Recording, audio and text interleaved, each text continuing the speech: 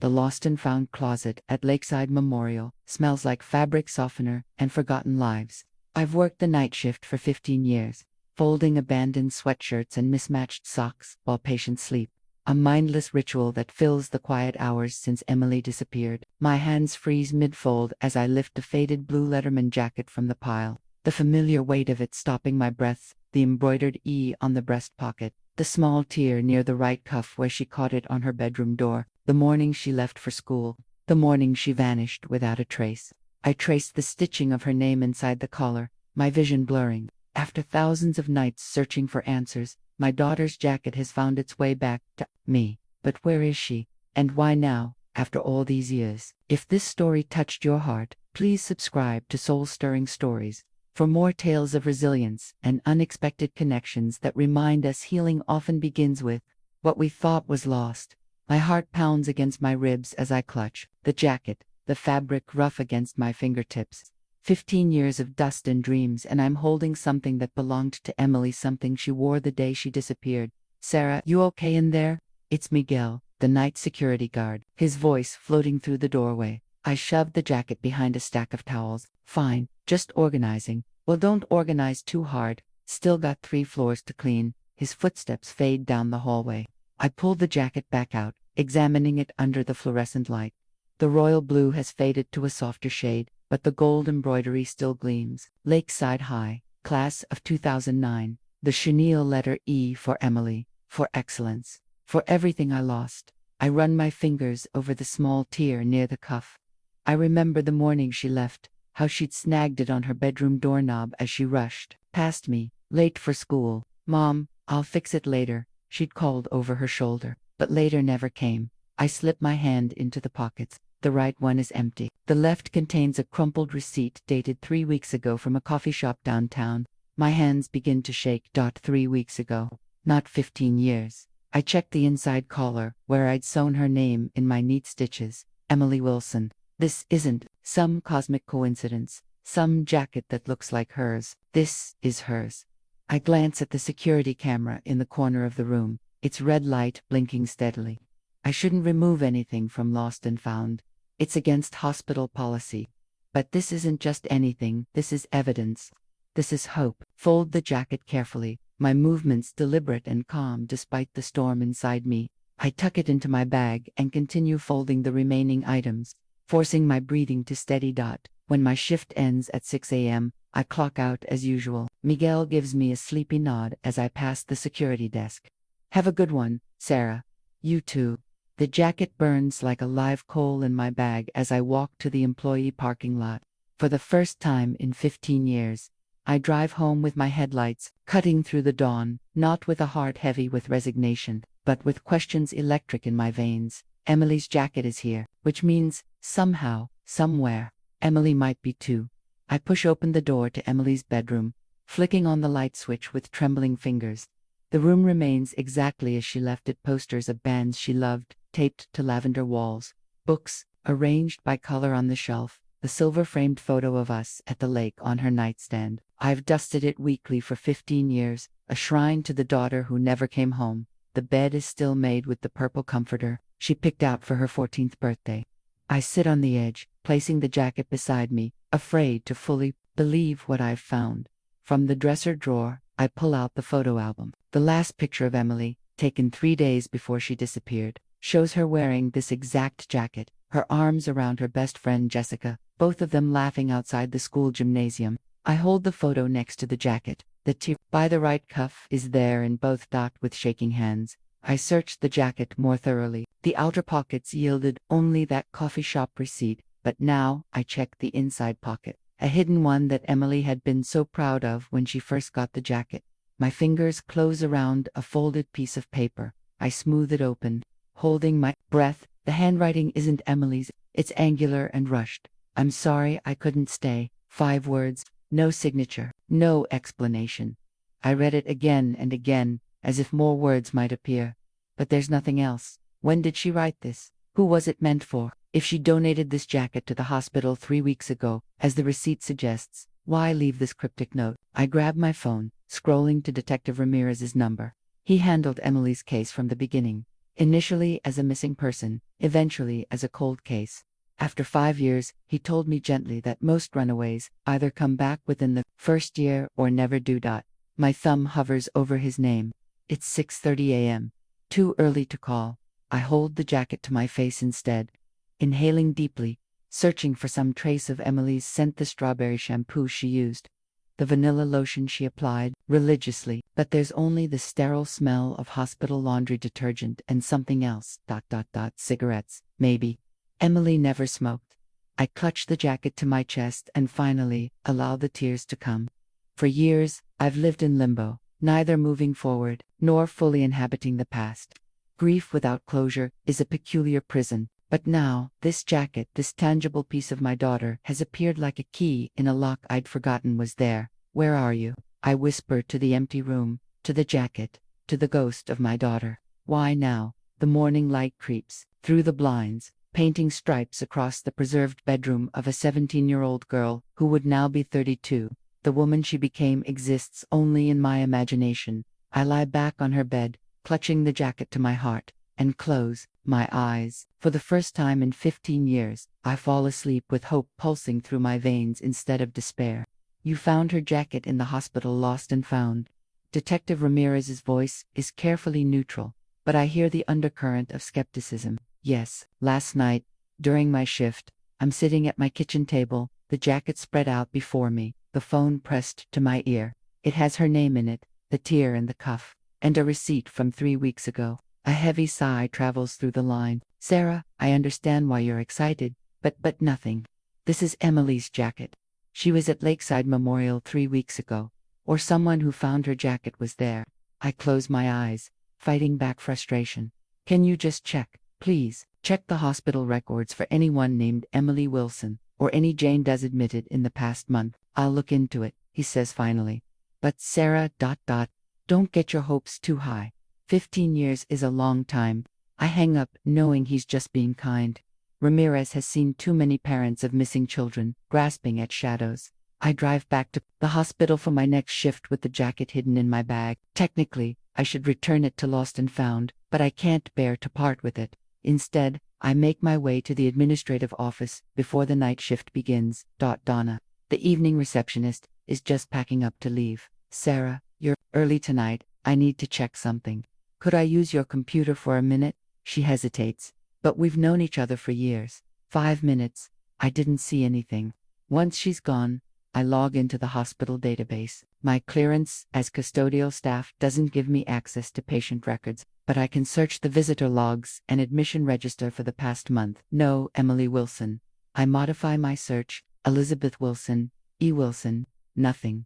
I try searching by date, checking for Jane Does, around the time of the receipt. 2 unidentified patients. 1, an elderly woman brought in from a nursing home, without ID, later identified by staff. The other, a teenage girl from a car accident. Neither fits. What are you doing? I jump, nearly knocking over Donna's mug. Dr. Lena Matthews stands in the doorway, her white coat pristine, her dark hair pulled back into a severe bun. I was just using a computer you're not authorized to access. Her voice is cool, but not unkind. I'm sorry. It's personal. I stand up, gathering my bag, feeling the weight of the jacket inside. Dr. Matthews studies me for a moment. You're Sarah, right? Night custodian. I nod, surprised she knows my name. Whatever you're looking for, there are proper channels. This could cost you your job. I know. I'm sorry. I move to leave, but she blocks the doorway. Was it a patient you're looking for? Something in her tone makes me pause. My daughter, she disappeared 15 years ago, but I found her jacket in Lost and Found yesterday, with a recent receipt in the pocket. Dr. Matthews's expression shifts subtly. What's your daughter's name? Emily Wilson. She steps aside to let me pass, but I catch a flicker of recognition in her eyes. Dr. Matthews, do you know something about my daughter? No, she says quickly. Too quickly. But missing persons cases interest me. Professionally speaking, perhaps we could talk sometime. She hands me her card before walking away, her heels clicking on the linoleum floor. I stare after her, anew, suspicion forming. Dr. Matthews is hiding something, and it might just be the key to finding Emily. Dr. Lena Matthews's office is on the 3rd floor of the neurology wing. I've cleaned it twice since she joined the staff 3 months ago. But tonight I pay closer attention as I empty her trash and dust her shelves. The office is meticulously organized, medical journals arranged alphabetically, pens aligned perfectly on the desk, not a paperclip out of place. The only personal touches are a small potted succulent and 3 framed photographs. I pause at the photos. The first shows Dr. Matthews receiving an award, her smile professional and contained. The second is of a lakeside cabin, mist rising from the water at dawn. The third makes me stop Dr. Matthews hiking on a mountain trail with a young woman whose face is turned away from the camera, her hair caught in the wind. Something about the way the young woman stands, one hip cocked slightly, reminds me of Emily. The door opens, and I jump. Oh, I didn't realize anyone would be in here. Dr. Matthews stops in the doorway, a folder tucked under her arm. Just finishing up, I say, moving away from the photographs. Sorry to disturb you. She sets the folder on her desk, watching me with those keen eyes. No disturbance. How long have you worked here, Sarah? 15 years, since your daughter disappeared. The directness startles me. Yes, I needed ... structure, routine. She nods, as if confirming something to herself. The jacket you mentioned, do you have it with you? My hand instinctively moves to my bag. Yes, may I see it? I hesitate, then withdraw the jacket. Dr. Matthews takes it carefully, examining the embroidery, the worn cuffs, the tear. She runs her finger over the stitching of Emily's name. This was in our lost and found. Yes, with a receipt dated 3 weeks ago. She hands the jacket back. Interesting. Dr. Matthews, do you know something about my daughter? She sits at her desk, gesturing for me to take the visitor's chair. I don't know about your daughter specifically, Sarah, but 3 months ago, I treated a young woman with retrograde amnesia. She had no identification, couldn't remember her name or where she was from. My heart stutters. Was it? I don't know.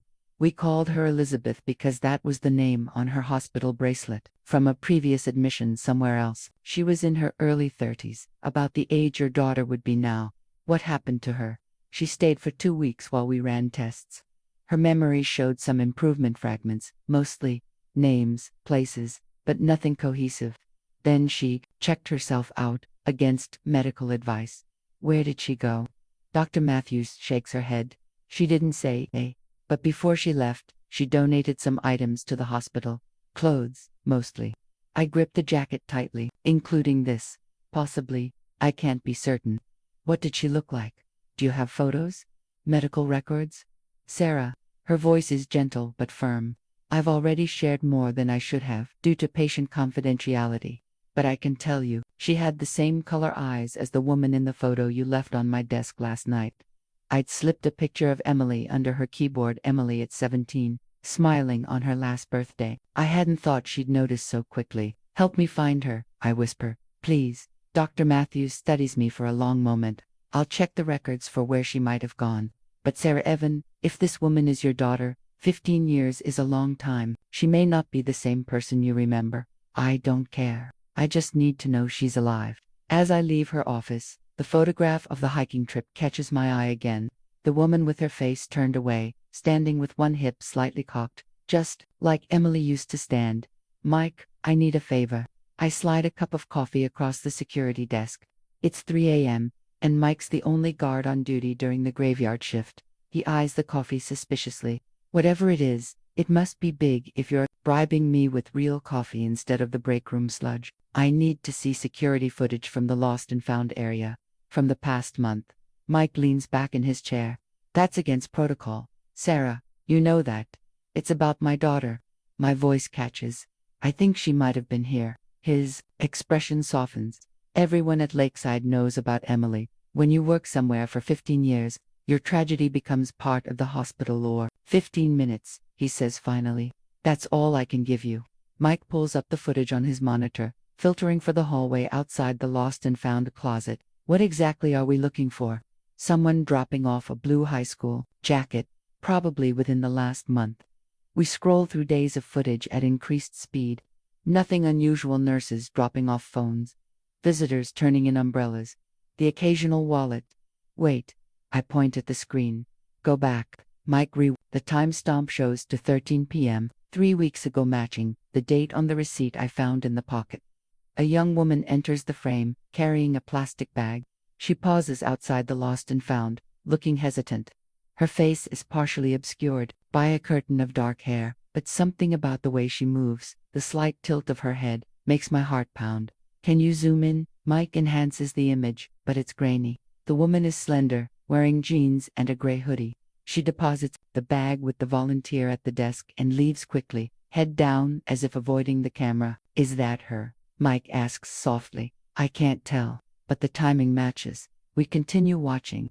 The woman reappears on another camera, walking down the main corridor toward the neurology department. Follow her, I urge. Mike clicks through different camera feeds, tracking her movement through the hospital. She stops outside Dr. Matthews's office, hesitates, then continues to the elevator. She knew where she was going, I murmur. Sarah. Mike's voice is cautious. I recognize that woman. She volunteered in the gift shop for a few weeks. Called herself Beth or Liz or something. My breath catches. Elizabeth. Yeah, that sounds right. Quiet girl. Kept to herself. When did she stop volunteering? Mike shrugs. Maybe 2 weeks ago. She just didn't show up one day. Did she speak to anyone? Make friends? Not that I noticed. Except, double quotes, he pauses, thinking. She talked to Dr. Matthews a few times. I remember because Matthews doesn't usually chat with volunteers. I watched the grainy figure disappear into the elevator.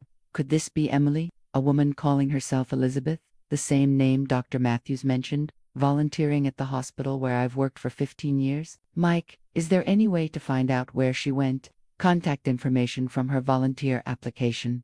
He shakes his head. That would be in HR. I can't access those files. I thank him and return to my cleaning cart, mind racing. Tomorrow, I'll find a way to check the volunteer records. I'll talk to the gift shop manager. I'll do whatever it takes. For now, though, I have something I haven't had in 15 years, a lead, a real, tangible lead with timestamp and video evidence. I touch the blue jacket folded in my bag. I'm getting closer, I whisper, hoping that somehow, somewhere, Emily can hear me. The community center smells like instant coffee and desperation. Folding chairs arranged in a circle, people clutching styrofoam cups, eyes that have seen too much sorrow. I've driven past the missing persons family support sign every Thursday for 15 years but never stopped. Today, I'm here with Emily's jacket folded on my lap, a talisman. We have a new member, says the facilitator, a tired-looking woman with kind eyes. Would you like to introduce yourself? I clear my throat. I'm Sarah. My daughter Emily disappeared 15 years ago when she was 17. The familiar words scrape my throat raw. I found her jacket in the lost and found at the hospital where I work, with a recent receipt in the pocket. The room stirs with interest. Hope is a rare commodity here. What made you come today, after all this time? The facilitator asks. Because I need help, I admit. I think she might be alive, but I don't know how to find her. A woman across the circle leans forward. My son was missing for 7 years. He came back. Her voice is soft but clear. I'm Angela. After the meeting, Angela approaches me in the parking lot. She's tall and angular, with silver streaking her dark hair. May I see the jacket? I retrieve it from my car. Angela examines it carefully, running her fingers over the embroidery, the tear in the cuff. When my son Ryan came back, he'd been living under a different name in Seattle. Homeless for a while, then rehab, then a halfway house. Her eyes meet mine. Have you checked shelters, rehabilitation centers? Not yet. I've been focused on the hospital records. She nods. Start there.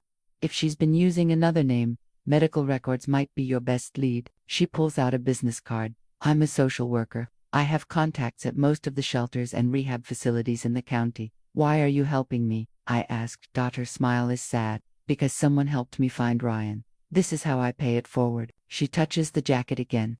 And because hope is the most painful thing to carry alone.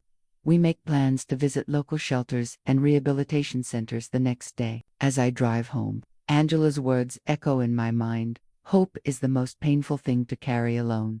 For 15 years, I've carried my hope in solitude, a private burden I was too afraid to share. The support group showed me I'm not the only one walking this path. I lay Emily's jacket on my bed when I get home, smoothing the wrinkles. Tomorrow, I'll take it with me to the shelters. Perhaps someone will recognize it, or the girl who wore it. My phone rings. Detective Ramirez. Sarah, I checked the hospital records like you asked. No Emily Wilson admitted in the past 3 months. What about Jane Does?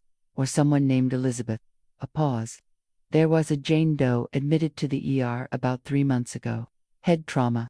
Later identified herself as Elizabeth, no last name. Dr. Matthews was her attending physician. My hands tremble. That's her. That's who I'm looking for. Sarah, this doesn't mean where did she go when she was discharged. No forwarding address in the file. But she listed a women's shelter as her temporary residence. He gives me the address: New Beginnings Women's Shelter, just outside the city limits. Thank you, I whisper. Really, thank you. Sarah, his voice softens. Be prepared, even if you find her. 15 years is a long time. I hang up and press the jacket to my face, inhaling deeply, searching for some trace of my daughter beneath. The hospital laundry, soap. Tomorrow, Angela and I will go to New Beginnings. Tomorrow, I might be one step closer to finding Emily, for the first time in 15 years. I go to bed with purpose instead of resignation. New Beginnings Women's Shelter is housed in a converted church. Its stained glass windows casting colored light across the reception area. Angela speaks quietly with the director while I clutch Emily's jacket, my talisman. They had someone named Elizabeth staying here about 2 months ago. Angela reports back. She left after 3 weeks. No forwarding address. Did they take a photo? Have any information? Privacy policies? They can't share details, but double quotes. She hands me a slip of paper. Sunrise Rehabilitation Center. Elizabeth mentioned she'd spent time there before coming to the shelter. We drive across town to Sunrise, a low-lying building surrounded by gardens. I've referred clients here, Angela says as we park. Good program. Specializes in trauma recovery and addiction. Inside, Angela flashes her social worker credentials, which open doors my desperate mother's plea cannot. The intake coordinator, a woman named Melissa with gentle eyes and a firm handshake, meets us in a small conference room. I understand you're looking for someone, she says. I place a photo of Emily at 17 beside her jacket on the table. My daughter disappeared 15 years ago. I have reason to believe she may have been here recently, possibly using the name Elizabeth. Melissa studies the photo, her expression carefully neutral. We can't confirm or deny if specific individuals have been patients here.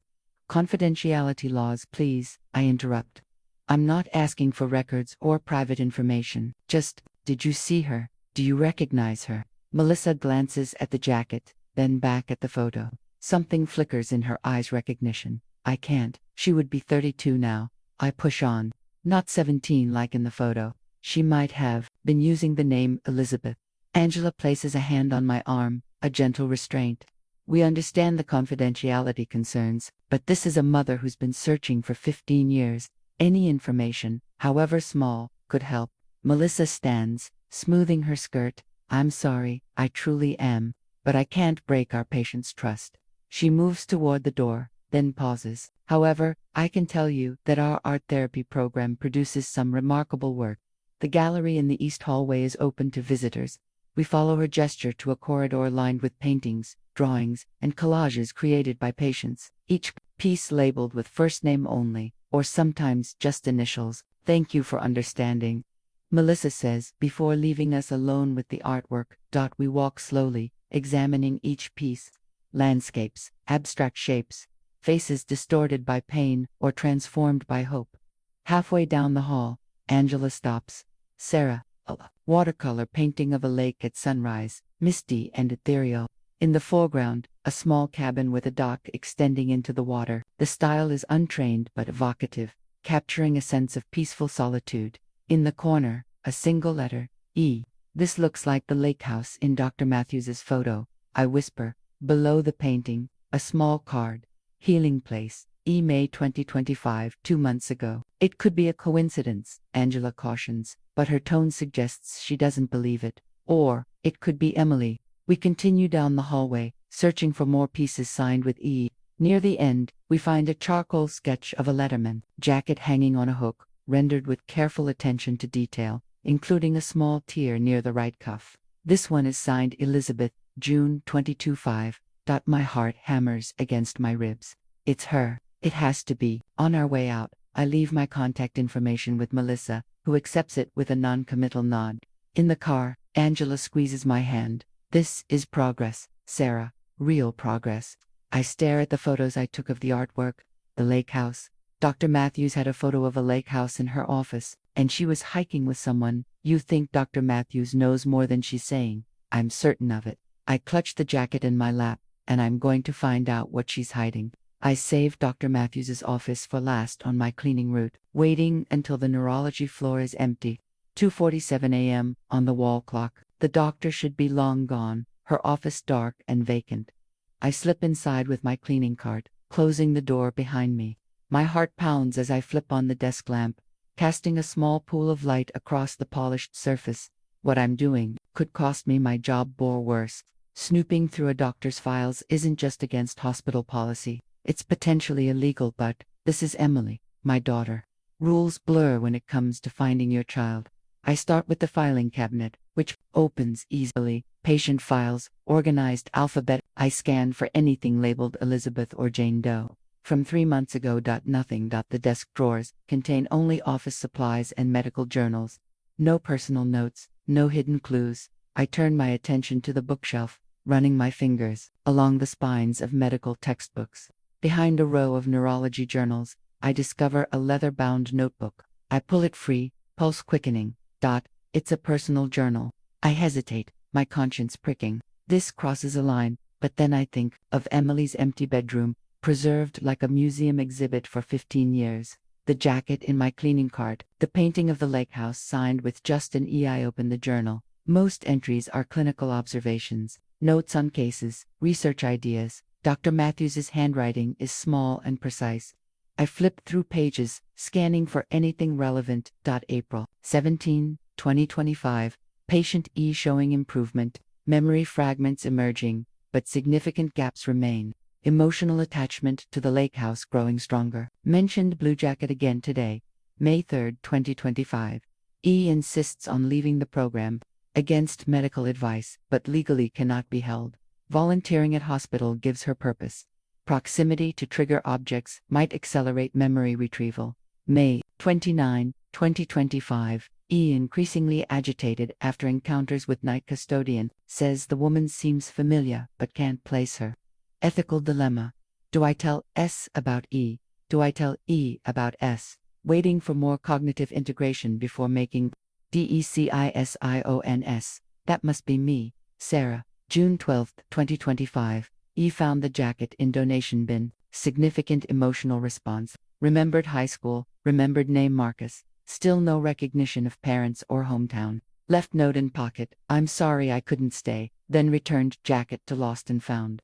Monitoring situation closely. My hands shake so badly I nearly dropped the journal. Dr. Matthews has known all along. She's been treating Emily, my Emily, for months. A photograph slips from between the pages. Dr. Matthews and a young woman on a hiking trail, the same one I noticed before, but this time I can see part of the woman's profile. The curve of her cheek, the line of her jaw. It could be Emily, an older version of my 17-year-old daughter, but the resemblance is there. The office door swings open, light floods in from the hallway. What are you doing? Dr. Matthews stands in the doorway, still wearing her white coat despite the late hour. I don't try to hide the journal. You've been treating my daughter. She closes the door carefully. I've been treating a woman with severe retrograde amnesia, who may or may not be your daughter. Why didn't you tell me? My voice rises. You knew I was looking for her. Patient confidentiality. And more importantly, her psychological well-being. Dr. Matthews crosses to her desk, holding out her hand for the journal. Emily, if that's who she is, has been through severe trauma. Her memories are fragmented, her identity in pieces. Forcing a reunion before she's ready could cause irreparable damage. I clutch the journal tighter. She's my daughter. She's my patient. Dr. Matthews's voice softens. And if she is your daughter, don't you want her to come back to you whole, not shattered? I place the journal on the desk, suddenly exhausted. Where is she now? I don't know. She left the volunteer program 2 weeks ago, said she needed space to process what she was remembering. Did she remember me? Dr. Matthews hesitates. She remembered a woman who folded laundry, who sang while she worked. A sob escapes me. I used to sing while folding Emily's clothes. She's starting to remember, Dr. Matthews says gently. But it has to be at her pace, not yours. Dr. Matthews and I sit in her office as dawn breaks over the hospital. My shift ended an hour ago, but time seems irrelevant now. Tell me everything, I say please. She rubs her eyes, looking tired but resigned. 3 months ago, Elizabeth or Emily was brought to the ER, minor car accident, hit her head on the steering wheel. Physically, just a concussion. Mentally, ... She gestures vaguely. She had ID, but it was clearly fake. The only real information we had was a hospital bracelet from a different facility with the name Elizabeth on it. And you became her doctor. I specialize in traumatic brain injuries and memory disorders. It's why I transferred to Lakeside in the first place. She opens a drawer and pulls out a thin file. Officially, she was discharged after 3 days. Unofficially, I've been treating her through the hospital's outpatient program for trauma survivors. She slides the file across the desk. Inside is a photograph of a woman in her early 30s with Emily's eyes, Emily's cheekbones, but shorter hair, a thin scar across her forehead, and a wariness that my 17-year-old never possessed. This is her. Dr. Matthews nods. This is the woman I've been treating. My fingers trace the photograph. 15 years older but unmistakably Emily. My missing piece. What does she remember? Fragments, like a shattered mirror reflecting different parts of her life. Dr. Matthews leans forward. She remembers a high school. A blue jacket. A boy named Marcus. A car accident. She remembers running away. Emily didn't run away. She disappeared, on her way to school. Double quotes. Dr. Matthews watches me carefully. Are you certain? The question catches me off guard. Of course I'm certain. The police investigated. Her backpack was found near the bus stop. There was no note. No missing clothes. No money gone. Yet she had her Letterman jacket with her. I pause, considering this. She was wearing it that morning. It was October. Chilly. Sarah, I need to be clear about something. Dr. Matthews's voice is gentle but firm. The woman I'm treating believes she ran away. That's her truth, her memory. If it contradicts your understanding of what happened, we need to approach that carefully. What else does she remember? Living in Seattle for a while. Working odd jobs under different names. A serious car accident about 7 years ago that killed someone named Marcus. That's when her memory becomes most fragmented. She sighs. The brain protects itself from trauma. Sometimes by walling off memories. Sometimes by creating new narratives. Is she ... Is she okay? Is she happy? A small smile touches Dr. Matthews's lips. She's resilient, determined. She volunteered here because something drew her to this hospital. She didn't know what, but she felt compelled to be here. She was looking for me, I whisper. Perhaps, subconsciously. Dr. Matthews closes the file. She's been having more memory breakthroughs since finding the jacket. That's why she left it in Lost and Found as a test, I think, to see if anyone would claim it. Where is she now? I need to see her. She's staying at my lake house. After she left the volunteer program, she needed a safe place to process what she was remembering. Dr. Matthews holds up a hand as I start to rise. But you can't just show up there, Sarah. She's fragile right now. The memories are returning, in waves, and each one hits her hard. She's my daughter. And my patient. I have to protect her well-being. She takes a deep breath. But I'll talk to her. Tell her you found the jacket. Ask if she's ready to meet you. When I'm driving up there this weekend, I'll call you afterward. It's not enough, not nearly enough, after 15 years of emptiness, but I understand the caution. If Emily is traumatized, if her memories are fragmented, rushing in could do more harm than good. Thank you, I say finally, for taking care of her when I couldn't. Dr. Matthews walks me to the door. Sarah, one more thing. When you do see her, if she agrees, remember that she might not be the Emily you lost. She's been through things you can't imagine. She might not be the daughter you remember. I don't care, I say truthfully.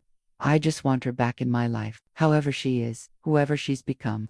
I don't go home after my shift. Instead, I drive to the lake outside town where Dr. Matthews's cabin is located. I don't plan to approach, I promised I wouldn't, but I need to be closer to Emily, to breathe the same air, to know we're finally in the same place after 15 years of separation. I park at a public viewpoint overlooking the lake. In the early morning light, mist rises from the water. Across the glassy surface, I can make out several cabins nestled among the pines. One of them houses my daughter. My phone rings. Zangela from the support group. Any news? She asks. When I answer, I found her. My voice breaks. Or, Dr. Matthews did. She's been treating Emily for months. Angela listens as I explain everything. The amnesia, the fragmentary memories, the cabin at the lake. That's incredible, Sarah. A miracle. But she might not remember me. Or she might remember things differently than they happened. I stare at the distant cabins. Dr. Matthews says Emily believes she ran away. But she didn't. She disappeared on her way to school. A long pause from Angela. Sarah, have you considered that the police investigation might have missed something? That Emily might actually have run away? No. She was happy. We were close. Teenagers hide things from their parents. Even in the closest families. I think about Emily's room, preserved exactly as she left it. Had I been looking at a shrine to my daughter or a crime scene I refused to process? Had I missed signs, clues, warnings? I need to go. I tell Angela, I'll call you later. I drive home in a daze, questioning 15 years of certainty. In Emily's bedroom, I begin opening drawers I haven't properly searched in years, looking with new eyes. Her diary is where it always was, in the bottom drawer of her nightstand. I'd read it after she disappeared, finding nothing unusual: school, stress, friend, drama, normal teenage concerns. But now I wonder if I missed something. I flip through the pages, scanning entries from the months before she vanished. September 3, 2009. Met M today. He's different from the other guys at school, older, doesn't care about stupid high school stuff. September 17, 2009. MP says I'm special, that I understand things other girls my age don't. He's right, I've always felt different, like I was meant for more than this town. October 1, 2009. M asked me to go away with him, just leave everything behind, start fresh somewhere nobody knows us. It sounds crazy, but also perfect. October 10, 2009. Made my decision, told M yes. We leave on Friday. Mom will be devastated, but I'll write her once we're settled. She'll understand someday that I need to find my own path. Friday, October 12, 2009. The day Emily disappeared.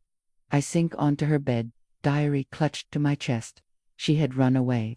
With someone named Marcus's same name. Dr. Matthews, said Emily, remembered. The police had searched for signs of a boyfriend, found nothing. How had they missed this? My phone pings with a text from Dr. Matthews. Elizabeth agreed to meet you. Tomorrow, 2 p.m., my office. Proceed gently. Elizabeth, not Emily, a stranger with my daughter's eyes. I text back, I'll be there. Thank you. I placed the diary on Emily's pillow, finally seeing the truth that had been there all along. My daughter hadn't been taken, she had chosen to leave. The realization doesn't diminish my joy at finding her alive, but it transforms my understanding of the past 15 years. I've been grieving a kidnapped child, but the reality is, I'd failed to know my own daughter well enough to see her unhappiness, her restlessness, her desire for something beyond our small-town life. The Emily who left was 17, filled with teenage certainty and romantic notions of escape. The woman returning is 32, shaped by experiences I know nothing about, carrying memories that may never fully return. Tomorrow, I'll meet this new version of my daughter. Not the child I lost, but the woman who survived. Sleep eludes me. At dawn, I drive to the county library, waiting outside until it opens at 9 a.m. The elderly librarian recognizes me in a small town. Everyone knows, the woman whose daughter vanished. Sarah, haven't seen you in ages. What brings you in today? Newspaper archives, I tell her, from 15 years ago. Her eyes soften with understanding. The reading room is open. Take all the time you need. In the basement archives, I scan through microfilm reels from October 2009. The local paper covered Emily's disappearance extensively for weeks. Lakeside teen missing, foul play suspected. Search continues for Wilson girl. Community rallies around mother of missing teen. I lived these headlines in real time, gave the tearful interviews, supplied the school photos they printed. But now, I'm looking for something else. Accidents involving teenagers, particularly ones named Marcus, around the time Emily disappeared. The local paper yields nothing. So I expand my search to neighboring counties. In the third week of October 2009, I find a tragic accident claims local teen, passenger hospitalized. Marcus Reeves, 19, died when his car struck a tree on Route 16. His passenger, an unidentified teenage girl, survived with serious injuries. The article mentions that the girl had no identification, and police suspected she might be a runaway. She was treated at County General Hospital and released to social services when stable. No. Follow-up articles mention what happened to her. Print the article and drive straight to the police station, asking for Detective Ramirez. This could be Emily, I tell him, sliding the article across his desk. She ran away with a boy named Marcus. He crashed the car. She survived. Ramirez reads it carefully. And you think she's been alive all this time? With amnesia. Dr. Matthews at Lakeside Memorial has been treating her. She calls herself Elizabeth. My words tumble out. The accident matches what she remembers: a crash, a boy named Marcus dying. He taps his pen against the desk. The timing fits. And we did check hospitals after she disappeared, but only in our immediate area. He looks up. You realize this changes everything about her case. If she ran away, wasn't abducted. I know. I found her diary. She was planning to leave. I take a deep breath. But that doesn't matter now. What matters is she's alive, and I'm seeing her tomorrow. Ramirez makes some calls to the county where the accident occurred. Yes, they remember the case. No, they never identified the girl. Yes, she recovered physically but seemed confused about her identity. She was placed in a group home temporarily but ran away after 2 weeks. The trail goes cold after that, Ramirez tells me, but it fits your theory. She survives the crash but has amnesia or trauma-induced memory loss, spends years living under different names, eventually winds up back here. Why here? Why now? Memories, a funny thing. Sometimes it draws you back to familiar places, even when you don't consciously remember them. He closes his notebook. I'll reopen her case, update it with this new information. If this Elizabeth is indeed Emily, we can officially close the missing persons investigation. As I leave the station, I realize one person might know more about Emily's plans to run away: her best friend Jessica. We'd grown apart after Emily's disappearance, my grief too heavy a burden for a teenager to shoulder. Last I heard, she'd moved back to town after college, started a family. I find her address in the phone book and drive there without calling ahead, afraid she might refuse to see me.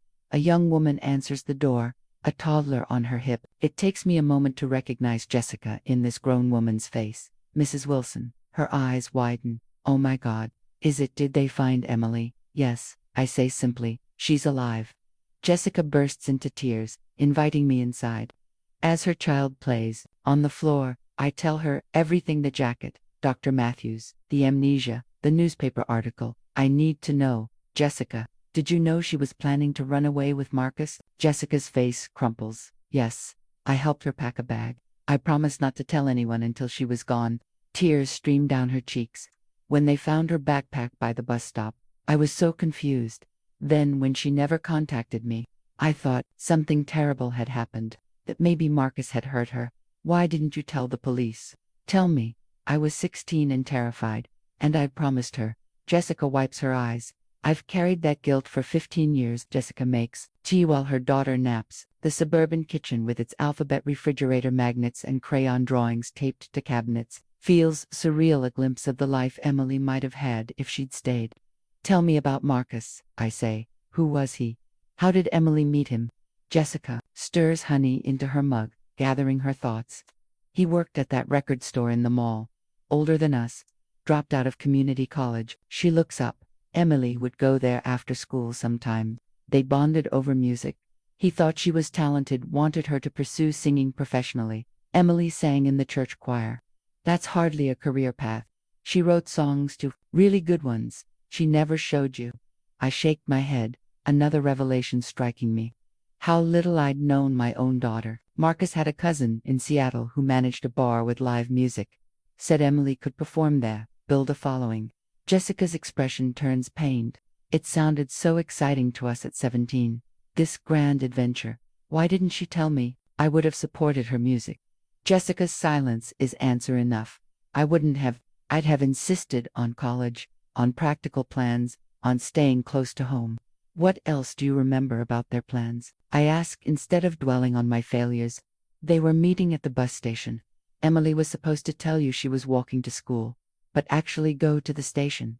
Jessica frowns. But when they found her backpack by the school bus stop, maybe she changed her mind at the last minute. Decided to go to school after all. Then Marcus picked her up anyway, or maybe she left the backpack as a false trail. Jessica looked stricken at the thought. To buy more time before anyone realized she'd run away. Both scenarios make my heart ache. Either Emily had second thoughts about leaving her life behind, or she'd been so determined to escape that she'd created a deliberate misdirection. I kept waiting for her to contact me. Jessica continues. She promised she would, once they were settled. When weeks passed with no word, she trails off. I should have told someone what I knew. Maybe they would have found her sooner. You were a kid, I say, surprising myself with the lack of anger I feel. And so was she. Jessica's toddler calls from the other room, awake from her nap. As Jessica goes to her, I studied the family photos on the wall. Jessica at her college graduation, her wedding, holding her newborn daughter, a life unfolding in normal, expected patterns, somewhere in a parallel universe. These milestones might have been Emily's too. Or perhaps she would have built a successful music career, lived a life of artistry and travel. Instead, she's spent 15 years with fractured memories, piecing together an identity from fragments. Jessica returns with her daughter on her hip. Do you want to see something?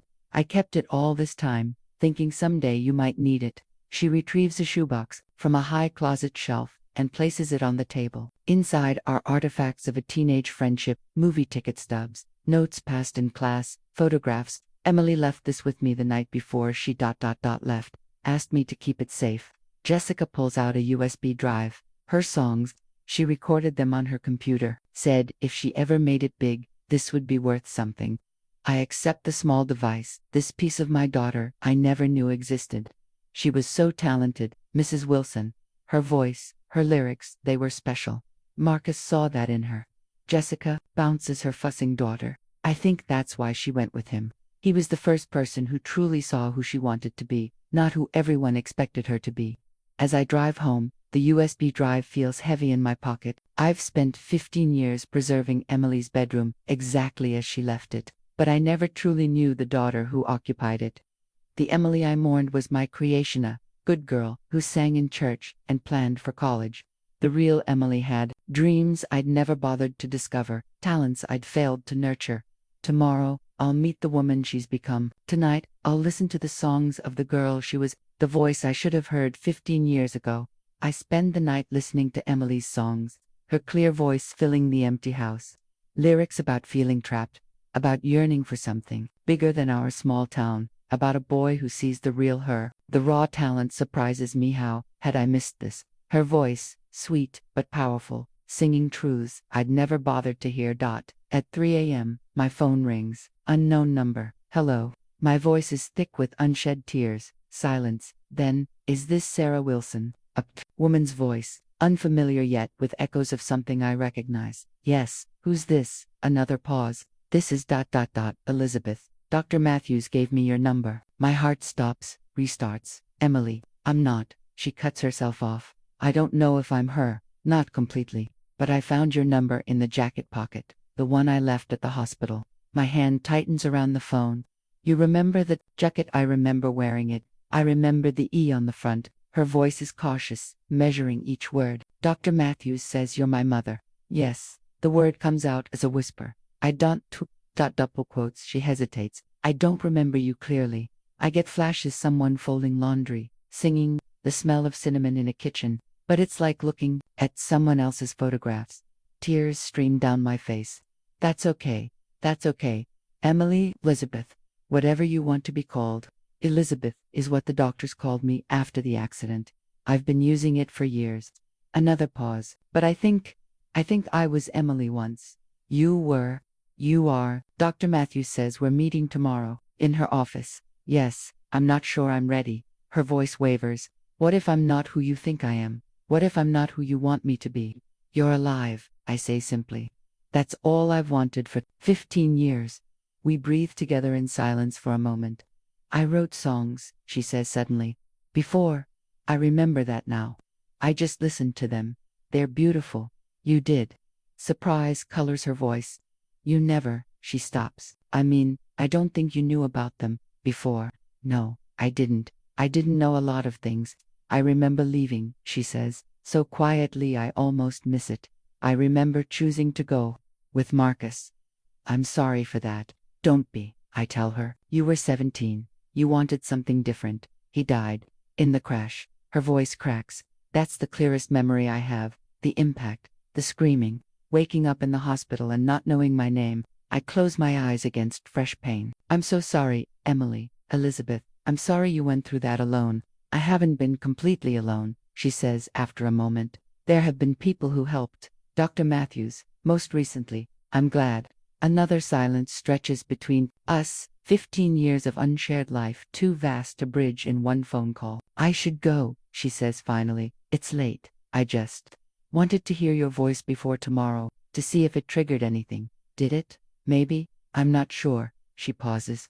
There's so much fog still, but I think I remember your laugh. After we hang up, I sit in the darkness, replaying her voice in my mind. Not the teenager who left, but a woman with 15 years of experiences I know nothing about. Tomorrow, I'll meet this stranger who was once my daughter. Tonight, I allow myself to grieve the years we lost, the relationship we might have had. If I'd known her better, if I'd seen her clearly, for the first time, I understand that finding Emily doesn't mean getting back the daughter I lost. It means meeting the woman she became without me. Dr. Matthews texts me in the morning.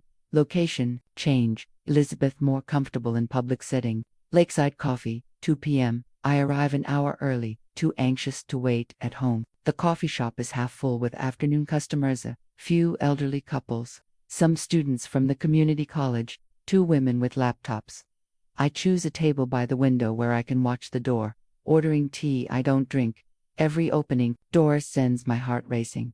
What will she look like up close? Will I recognize her immediately? Will she recognize me? At 1:58 p.m., Dr. Matthews enters.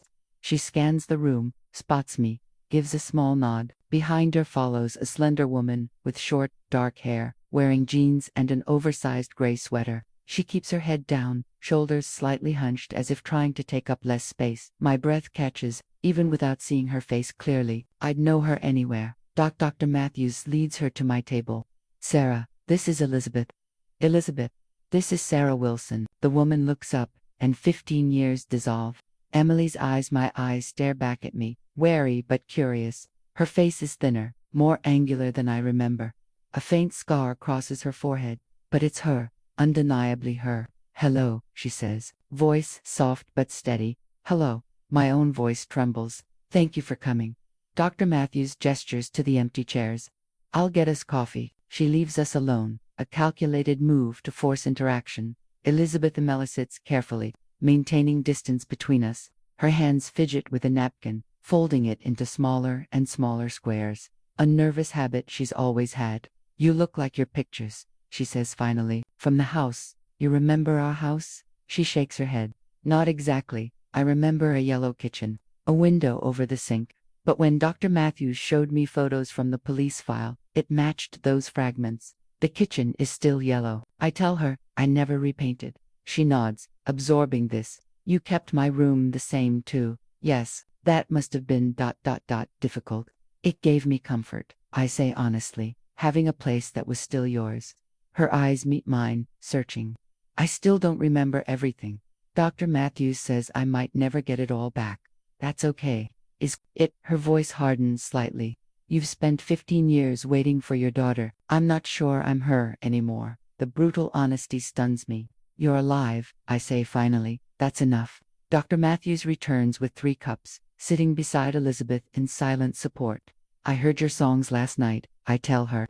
Jessica kept the recordings you left with her. Something flickers in her eyes. Jessica, my friend, with the red hair. Yes, I remember her laugh. And passing notes in class. Her brow furrows. She knew about Marcus, about our plans. She told me yesterday. She's kept your recordings all these years. Elizabeth takes a careful sip of coffee. I still sing sometimes, at small venues. Nothing professional. You're very talented. That's what Marcus said. Her voice softens on his name. I remember him more clearly than anything else. His voice, his hands, the accident. Dr. Matthews places a gentle hand on her arm. We don't have to discuss that today. Elizabeth nods gratefully. I have questions, she says to me. About before. About why I left. I'll answer anything I can. I promise. But I might not know everything. I've learned recently that I didn't know you as well as I thought I did. A ghost of a smile touches her lips. That makes two of us. We move from the coffee shop to a quiet park nearby. Dr. Matthews giving us space while remaining visible on a bench across the lawn. The afternoon sun filters through the trees as Elizabeth, I'm trying to think of her by the name she knows herself by, tells me about the 15 years I missed. After the accident, I had no ID, couldn't remember my name, or where I was from. She traces patterns on the wooden picnic table. The hospital called me Jane Doe until they found a bracelet from a previous hospital visit with Elizabeth written on it. It stuck. What happened after you were released? Foster care, briefly. I was 17, maybe 18 by then, no one was sure. I ran away after a few weeks. She offers a rueful smile. Apparently a pattern with me. The gentle self-deprecation breaks my heart. You were scared, confused. I was, but also, adaptable. I learned to create a life from nothing, worked in diners, coffee shops, wherever I could get paid in cash. Changed cities when I felt restless. She looks up at the trees. Seattle first, then Portland, San Francisco for a while. Alone, she nods. Mostly, there were people. Some kind, some not. But I never stayed with anyone long. It felt safer that way. And your memories. Fragments would surface randomly. A song would trigger a flash of sitting at a piano. The smell of certain foods would bring images of a kitchen. But no context. No narrative. She brushes her short hair behind her ear. I saw doctors when I could afford it. Most said the memories might return eventually, or might not. Brain injuries are unpredictable. How did you end up back here? I'm not entirely sure, she admits. I was in Seattle again, working at a music store. Started having more frequent memory flashes. Dreams about a blue jacket. A school emblem. I felt drawn east. Couldn't explain why. She gestures vaguely. I followed the feeling. Ended up in this town 3 months ago. Nothing seemed familiar, but something felt ... right. Then the accident that brought you to Lakeside Memorial. Minor fender bender. Hit my head on the steering wheel. She touches the faint scar on her forehead. Dr. Matthews was on call. She specialized in memory disorders. Took an interest in my case. She's been very protective of you. Elizabeth smiles slightly. She became a friend when I had none. Let me stay at her lake house when I needed space to process. You're welcome to come home, I say carefully. Your room is still there. Her expression grows guarded. I'm not ready for that, not yet, of course. No pressure. She studies me for a long moment. Can I ask you something? About before? Anything? Was I unhappy? Is that why I left? The question I've been asking myself since finding her diary. I didn't think so at the time, but I've recently realized there was a lot about you I didn't know. Your music, your dreams, your relationship with Marcus. I remember feeling ... confined, like I was playing a role that didn't fit. She frowns. But it's hard to separate actual memories from impressions. Your diary mentioned feeling misunderstood, that Marcus saw the real you. My diary. I found it in your room after you disappeared. Read it again yesterday. She absorbs this. What kind of daughter was I before? Kind, intelligent, quieter than your friends. I thought you were shy, but maybe you were just keeping parts of yourself private. I swallow hard. You sang in the church choir. I had no idea you were writing your own songs. And what kind of mother were you? The question catches me off guard with its directness. Overprotective, probably. Focused on safety, stability, practical concerns. I worked long hours as a nurse. Your father left when you were 6. I was determined to give you security. At the expense of freedom. Maybe. I didn't see it that way then. But ... maybe. She nods, processing this. I think I remember being angry. Not all the time, but underneath. Like I was wearing a mask I couldn't take off. I wish I'd known. I wish you'd felt you could tell me. I wish I had too. She looks at me directly. I'm not angry anymore. Whatever happened before, I've had 15 years to become someone else. Someone who makes her own choices. Who are you now? I ask softly. A small, genuine smile appears. I'm still figuring that out. But I think, maybe, I could use some help remembering where I started. Over the next 2 weeks, Elizabeth and I build a fragile bridge between past and present. We meet every other to neutral locations. Brief visits that grow gradually longer. Dr. Matthews joins us initially. then begins to step back, letting us navigate our new relationship. Elizabeth stays at Dr. Matthews's lake house, needing that separate space. I respect the boundary, though every maternal instinct urges me to bring her home, to reclaim the years we lost. I remembered something new today, she tells me as we walk along the lake shore. A birthday party. I was turning 10, I think. You made a cake shaped like a piano. You'd just started lessons, I confirm. You were so excited about learning to play. Did I stick with it? Until you were 14. Then you switched to guitar. She smiles. That fits with what I remember about myself. Restless, always changing direction. These fragments return randomly: her favorite breakfast cereal, the name of her childhood pet, the color of her bedroom walls before she painted them lavender at 15. Each recovered memory seems to strengthen her sense of self, filling gaps in her identity. But other memories bring pain. I dreamed about the accident last night, she tells me during another meeting. Marcus was arguing with me. I wanted to go back home. He didn't. Her hands tremble around her coffee cup. I think that's why he was driving so fast. He was angry. I reach across the table, not quite touching her. You don't have to tell me if it's too difficult. I need to. Pair eyes meet mine, determined. For 15 years, these memories have been floating loose inside me, disconnected from any larger story. Telling you, it helps me place them in context. She begins seeing a trauma specialist referred by Dr. Matthews. The therapy helps her process not just the accident, but the disorientation and fear of the years that followed. Dr. Simmons says I developed a survival mechanism, she explains. When memories became too painful or confusing, I'd simply move on. New city, new name sometimes, new beginning. Is that why you left the volunteer position at the hospital? When things started feeling familiar, she nods. Instinct. Run before the pain catches up. But I'm trying to break that pattern now. I learned to listen more than I speak, to accept her as she is, rather than searching constantly for the daughter I remember. The woman before me has Elizabeth's caution and independence, but glimpses of Emily emerge in her sudden laugh, the way she tucks her hair behind her ear, her quiet observation of everything around her. One evening, she asks to see her old room. You don't have to, I tell her. Not until you're ready. I think I am ready, just to look. I drive her to the house, watching her face as we pull into the driveway. No recognition flickers in her eyes. Nothing, I ask gently. The porch swing seems familiar. And the color of the front door. Inside, she moves carefully through the living room, touching objects with tentative fingers, the piano she rarely played. Family photos on the mantel, the Afghan her grandmother knitted. This, she says, picking up a small clay turtle, I made this in art class, 4th grade. You were so proud of it. At her bedroom door, she hesitates. It feels strange, like I'm about to walk into a museum exhibit about someone else's life. Take your time. She pushes the door open slowly. The preserved room waits in twilight, shadows, posters on walls, books on shelves, the purple comforter smooth across the bed. I switch on the lamp, and she steps inside, absorbing every detail.